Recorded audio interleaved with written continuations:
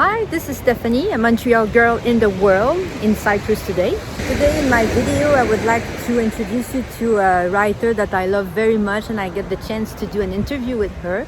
Her name is Pam Grout. She's a #1 best-selling writer for the New York Times for her book He Squared. I get the chance to have a very beautiful conversation with her. So Pam, what's the story behind He Squared?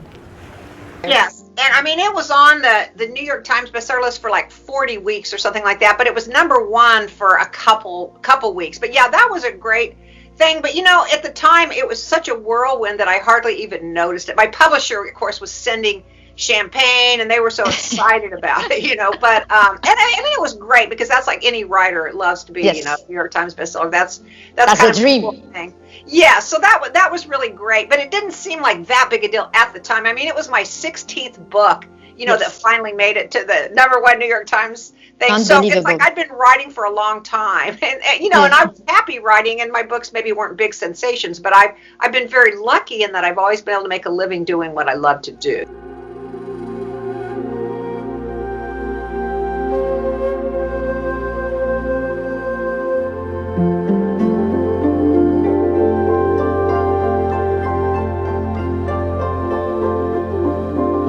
He Squared has been translated to almost, is it 40 or 30? Oh my God. I can't remember, this is unbelievable. It's out there all over the place. It's kind of funny because one of my books, I have a book about breathing practice. It's called Jumpstart Your Metabolism. Yes. And it's been translated into languages that I didn't even approve. You know, like they took it into Russian, they took it into Iran. I mean, here I am in this little town in Kansas, you know, and it's like people all over the world are reading this. And it always floors me, you know.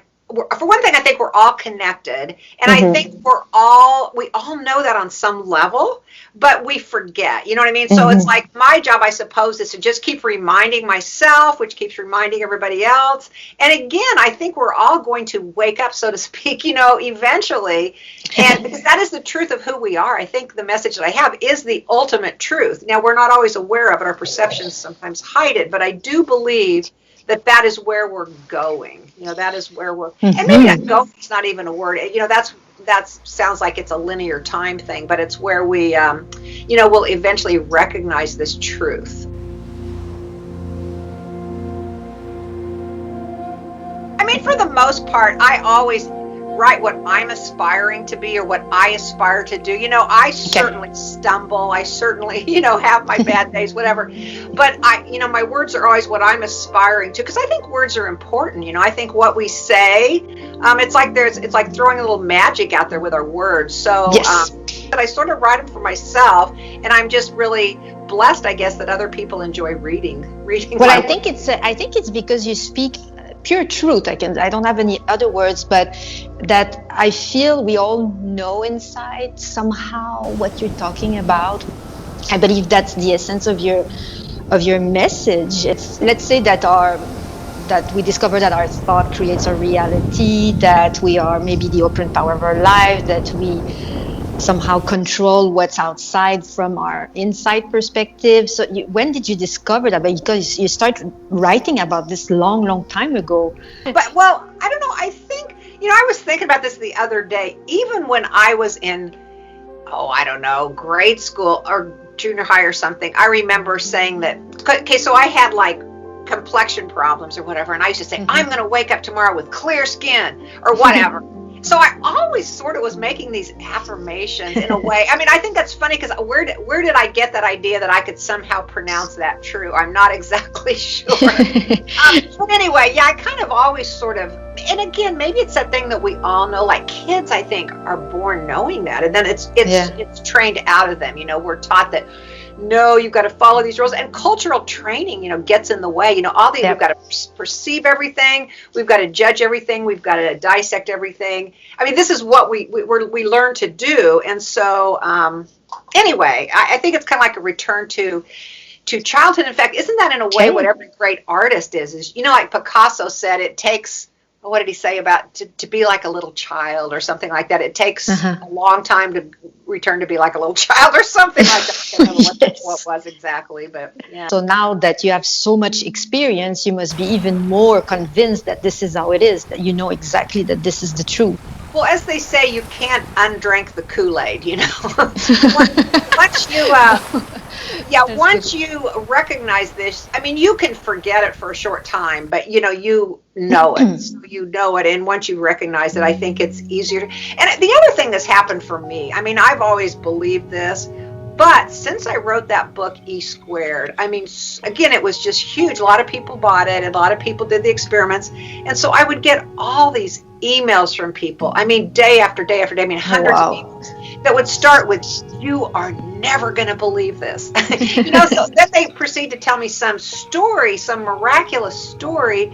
And so not only, were my words maybe inspiring them, but their words were inspiring me, because I'd hear these stories, story after story after story. And, anytime, it's kind of like that 4-minute mile thing, the first guy that ran the 4-minute mile, and then everybody realized that was a possibility. So I think the more we hear these stories of people that have had some miraculous thing, that people that shattered the belief of what we think reality is. Anytime one person does that, it makes it a little bit easier for the rest of us to do it. It makes it a little bit more possible. So making what we thought was impossible possible, it happens, especially the more we hear about that. That's why I think it's so important for people that believe this to get together and talk, to get together and discuss these things. So, I mean, I feel like, you and I today, we're having a holy conversation. I mean, in a sense that this is us amplifying this message on some level, even if it's just you and me talking, even if nobody else, you know what I mean? Like, we're putting that energy out there.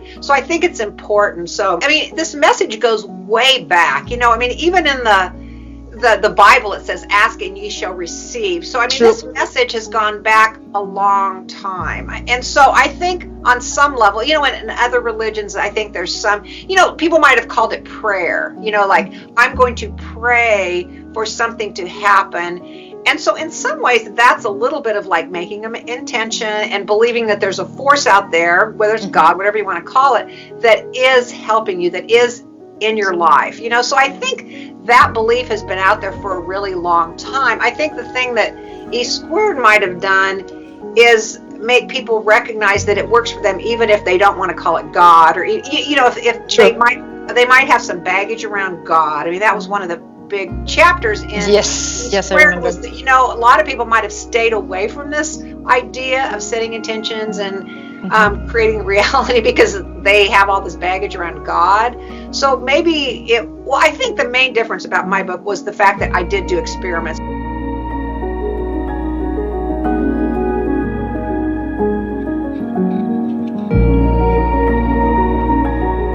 But I also think it gave people permission. You don't have to be religious. You don't have to. I mean, this force is working for you, whether you are aware of it or not. And so why not at least be aware of it? I mean, it's happening, it's working, you're constantly interacting with this force. I mean, we just all are. That's just the way it is. Now, we can say we're not, we can pretend that it's not happening, but then that belief makes it seem like the FP isn't answering you. If you believe that it doesn't, I mean, then you're creating that reality. So I do think it's just kind of a good opportunity for people to recognize that, yes, there is something going on here that's bigger than me, and I'm interacting with it, and I can affect it in a way that that is good for me if I do it in a more conscious way, I suppose. Our words, of course, have energy, but it really is a deeper thing, more like a feeling or a thought. And I mean, the field of infinite potentiality, of course, is infinite. So any language, but it is deeper than a language. So that is such a good point, that it's not the words per se, it's the feeling. It's like what those words bring up in you, in each individual. Like, okay, I say this word, it makes me feel this. So probably the field of infinite potentiality, more than the words, is listening to that feeling tone, that we all put out there with various thoughts. And in fact, it's our thoughts. It's not even always the words, but I guess our thoughts would be in particular language. But the thing I think, in some ways, I think our thoughts even sort of get in the way. I think there's this beautiful, loving energy, this force that's always wanting to interact with us, but our thoughts sometimes get in the way. They block it because our thoughts are enculturated. We think a certain way, like our culture believes this, our culture believes that. Yes. So those thoughts block this loving presence that wants to, I believe that the loving presence wants all of us to be happy and well fed and taken care of and all that kind of stuff. But, some of the thoughts, the scared thoughts, the fear sometimes gets in the way, like the fear that would cause someone to hoard, billions of dollars or whatever, or hoard things. So I do think that it's always fear that gets in the way of, and fear thoughts, which then translate into things that, aren't beneficial for everybody. So I believe that if we could eliminate a lot of thoughts, a lot of conditioning, this force could work even better through us. Well, I mean, it's working through us, but it's working because some people are afraid and hoard things. And I don't know, there's just a lot of dynamics that work with what's happening with this energy. So how do you eliminate fear and doubts? I mean, it's sort of a normal thing, but you can't take it seriously. Like, I work a lot with my thoughts, like, okay, is this thought true? I do a lot of Byron Katie work, and I also appeal to the bigger thing. I said, you know what, this is not a feeling that's serving me, so I ask for your help, for the bigger thing. Bring in the truth, as opposed to this little thought I might have that would be a fearful thought, or would be a, I mean, anytime we think something like, I don't like this, things should be different, we're bringing in a negative energy that's not accepting the way things are, which means that force can't make its way through to us. So I think for me, it's just to not attach to it. I mean, it's a thought, let it just keep on marching. If we take it too seriously, and then you start, like I said, it'll don't let it pitch a tent in your consciousness, just look at it, observe it, let it march right on by. Don't, set up camp, write it in for martinis, as I've said before. Yeah, so you observe it, I'd say. We observe it, but we don't turn it into a big drama. I mean, I think that's what we tend to do is, a thought comes up, and they're just normal human thoughts. We all have them. Everybody has them. But then if you turn it into a big production, then you're going to create that. So the best thing is to observe it, not deny it, but just observe it and let it keep on marching down the road, or let it do what it wants to do, but don't add fuel to it. Don't deny it, because denying it does also add fuel to it, I think.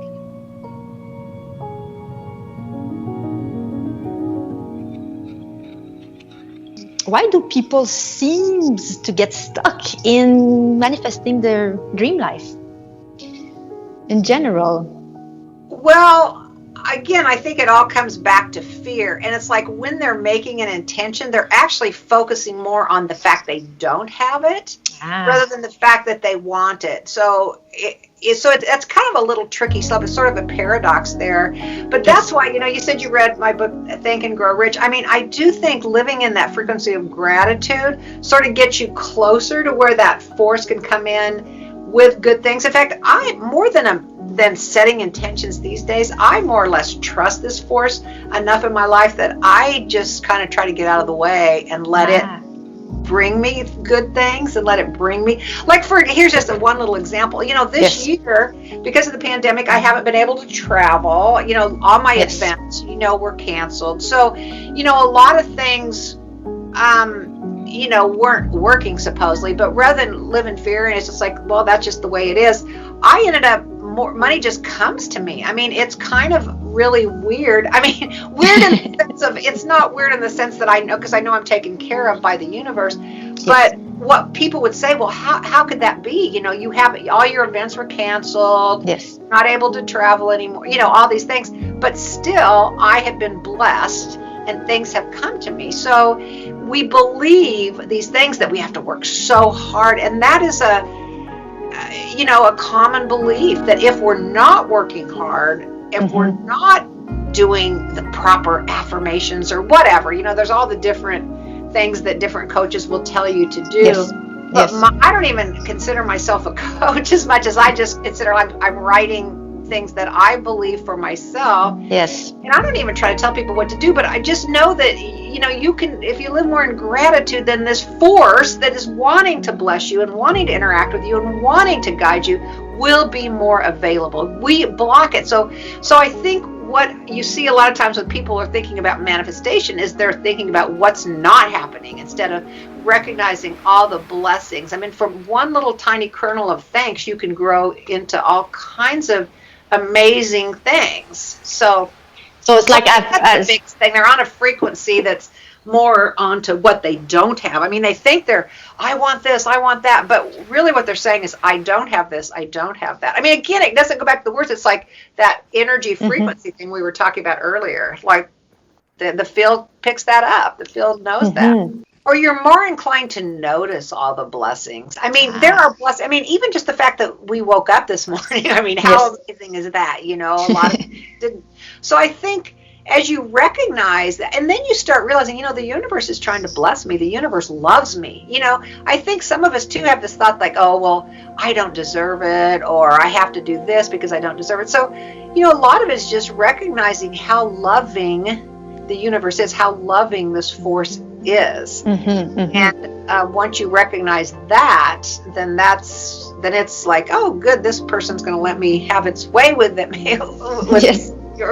Let me have its way with them. So yeah, you give a recipe to kickstart your morning. You're gonna say, for example, it's gonna be the best day of your life, the song that you mentioned, or whichever song you want.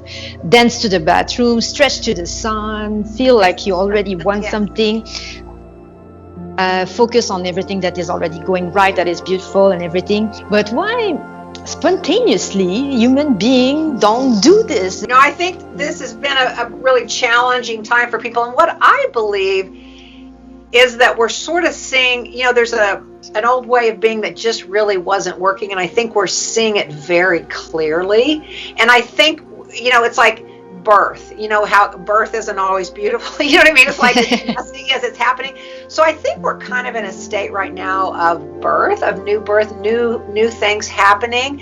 And I think a lot of people are kind of hanging on to the old way of being. And I think that's scary for people. So I heard some writer say something about, you know, people think, oh, they're in the tomb right now, but they're actually in the womb right now. You know, that you know, something really beautiful is being birthed, but right now it may not look that way. Okay. So anyway, that's one thing that gives me some comfort, is recognizing that something good is happening through all this, even if, and in fact, that's an attitude too of gratitude, of recognizing that, yeah, okay, so, you know, for me, I haven't been able to travel.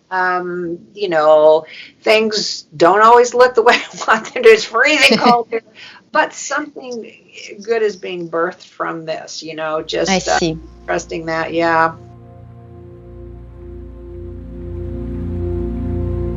we're so tuned into what's happening that we forget what could be possible, I believe.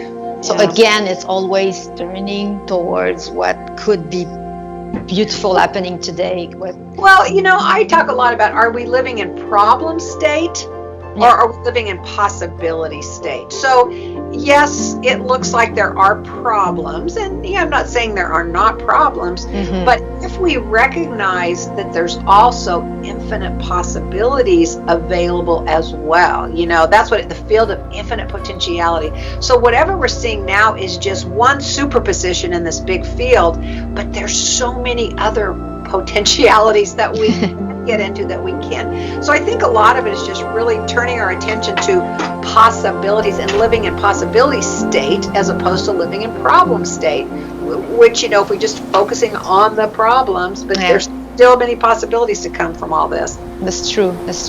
Not that we can avoid all problems, like you said, but it's just one way of looking at it. There's probably a million other ways, other possibility, like you said, that can happen. Right. So that problem is just one of infinite. That's happening. That's true. But there's a lot of other things that could also be happening. And so when we focus so much on that one thing, we sort of, it's, you know, in quantum physics, they talk about how you concretize, or you collapse the wave. So once you're focused on the problem, you've collapsed the wave, and that's all you can see. So all those other possibilities that are indeed there are no longer available to you because you've collapsed the wave to believe that one thing, you know, that problem state, for example. So it's important to open up to all the possibilities and to uncollapse the wave, so to speak. When my book, like I said, the book that became the New York Times bestseller, it was my 16th book. So I'd been writing a lot of other books too. In fact, the other thing, and I don't know if this story was in any of the books that you read, but E Squared, that, you know, again, it's been translated into almost 40 languages, or maybe it is 40 languages. But anyway, So I originally published that book maybe 9 years before. Yes, I hear another that. title. Yes. Right. And so it did nothing, it went out of print. It wasn't even, 5 people read it, or I don't know how many read it, but they all liked it, but only 5 people read it. So the timing wasn't quite right on that.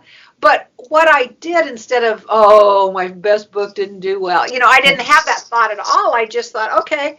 So I got on with doing other things. I ended up writing the 3 books for National Geographic. I started doing even more traveling at that time. And then eventually, I had the thought, or again, I believe, the universe said, hey, why don't you repackage that and send it to Hay House? Just, on a whim, or I don't know if it's a whim. Get out of the blue, like you said. It's like, you forget about it, or you were still thinking that Right. maybe one day it will be published, maybe Well, I one wasn't day. even thinking about it, really. I just had accepted what was, or what Okay. is, and then later the intuition or the thought came to me to do this, to repackage it and send it to Hay House. So I did.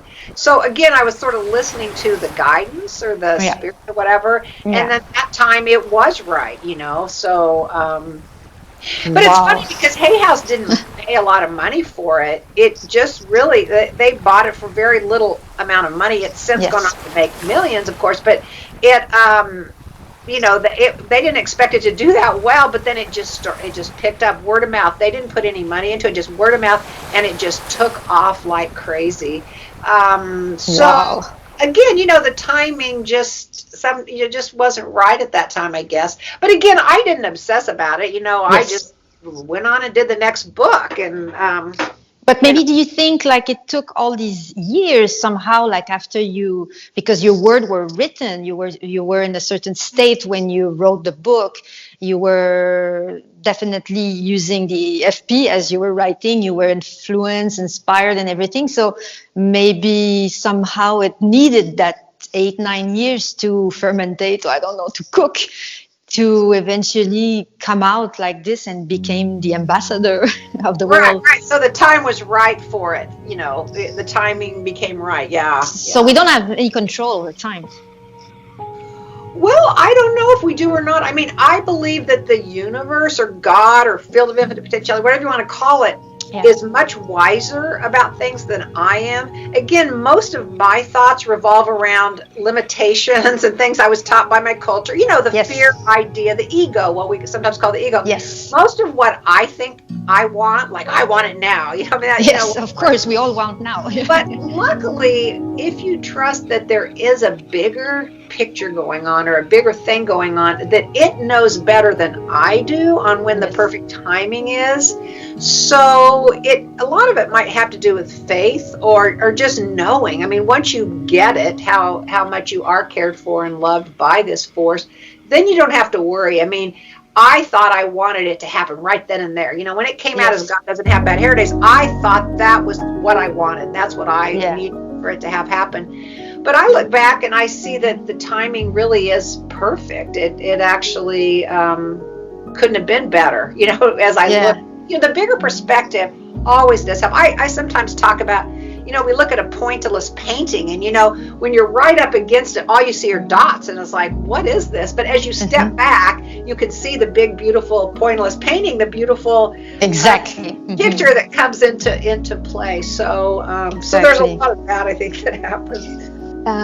When good news come into our life, it's very easy to feel happy, grateful, and yay, hop la vie, it's wonderful. But when we have bad news coming, we feel like everything is against us, or it's not like it doesn't seem like it's going our way. It's a little bit more difficult to cheer up. You have a recipe for that? Well, again, stepping back and recognizing that there's something bigger going on, I think is always helpful. Because when you're real focused on this one, again, superposition in the field, then you're kind of stuck there. So I think it's important to step back and try to see a bigger picture. So that would be my one tip. And I do, I'm a student of A Course in Miracles. And one of the things the Course always says is, when you're having a problem or something that looks difficult, whatever, you ask for help from the Holy Spirit. And I don't know, you always have to, I call it the Holy Spirit. help me see this differently. I just Okay. ask for help. Help me to see this differently, because it's always a problem of perception. It's not really a problem as much as it is a problem of perception. We're perceiving it in a way that isn't to our benefit, or that's causing us stress, that's causing us True. fear, that's causing us various things. So we want to perceive it differently. So I ask for help. And again, with my little pea brain, I keep saying, but my perspective is smaller than the whole bigger thing. So I have to step back and say, okay, help me see the bigger picture. Help me see, that Yes. the benefits in this, or the answer in this, the good thing in this, or the possibility. Yes. The possibility. I love that word, possibility. Yeah, it's a nice word too. You feel open. You feel like, oh. I mean, I think the thing that has probably blessed me the most was having my daughter. Yeah. So yeah, I was not married. I was older, and How old were you when you had Taz? 37 when I had Taz. Oh, okay. So so that was just a miracle that happened, and then I got to be her mother for 25 years. So yeah, really feel her presence. I mean, so many people now tell me that they have signs from Taz and different things. Yes. So I think she's working on some other level. I did start the foundation. I mean, I've heard from people that have put her on their board of spirits, like with Lotsu and different people like that. So, again, it's bigger than I can say. It's bigger than my understanding. So, I would have to say it's beyond me, kind of. Your life, your journey is so amazing. It's rich, and you're very inspiring. You're a beautiful writer. You're a world traveler, a magician, a master manifester, a miracle chaser. Does it have something to do with the fact that you live in Wizard of Oz country, or? Well, if you remember in Wizard of Oz, she was trying to escape Kansas. So she was trying to get back to Kansas, but then she gets back to Kansas and it was all black and white. So it's like I always kind of laughed at that. But I am from the heart of America, the very center part of America, and I do think about that. But I've been very fortunate in that I have been able to travel. Like if I was, I've been here now for almost a year. I've left one time in the last year because of the pandemic. I know. So I've realized, it's a beautiful place to be from, and I love my little town. It's a little university town, and it's just so amazing. But I do miss traveling. I mean, I really I am far from mountains, water, everything here. It's a great place to be from, but as long as you're traveling. But anyway, it's like, wow, it's been a whole interesting experience being here. Thank you very much, Pam, for this amazing interview. I enjoyed every moment spending with you. For those who enjoyed all this topic and subject, you can definitely grab a book of Pam Grout. I recommend E Squared because there's 9 experiments that you're going to enjoy doing. And also they are available on Kindle. You don't have to necessarily go to the library if you don't have access to one right now. And she has 20 books, and most of them are available on Kindle version. So that's it for now. That was Stephanie, a Montreal girl in the world, and I wish you an amazing day.